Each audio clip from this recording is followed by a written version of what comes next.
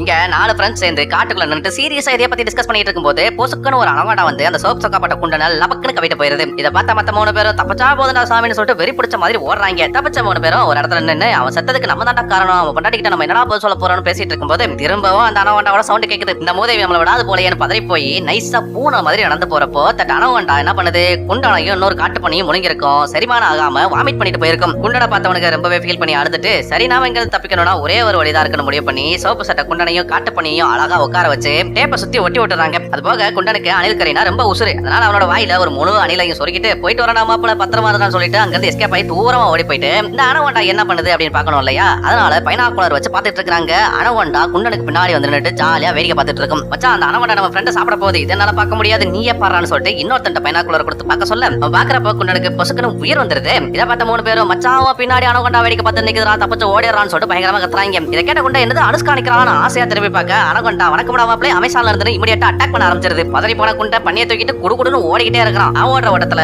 பன்னிக்குட்டிக்கும் உயிர் வந்துரும். உயிர் வந்த அடுத்த நிமிஷம் அடே என்ன எங்கடா தூக்கிட்டு போறேன்னு சொல்லிட்டு பன்னிக்குட்டியும் கவா கவான் கத்த அதோட வாய முன்ன குண்டை ஷார்ட் கட்ல ஓடுறான். அப்படி ஓடியும் குறுக்க வந்த அனகோண்டா லபக்குன்னு பன்னிக்குட்டியை மட்டும் புடிங்கிட்டு ஓடிடுது. அப்புறம் என்ன 4 பேரை தப்பிச்சு பக்கத்துல இருந்த கிராமத்துக்கு போறாங்க. அங்க திரும்பவும் அனகோண்டா வரும். ஆனா பாம் செட் பண்ணி கொடூரமா அனகோண்டாவை கொலை பண்ணிட்டு அங்க இருந்து தப்பிக்கிறாங்க. படம் முடியுது.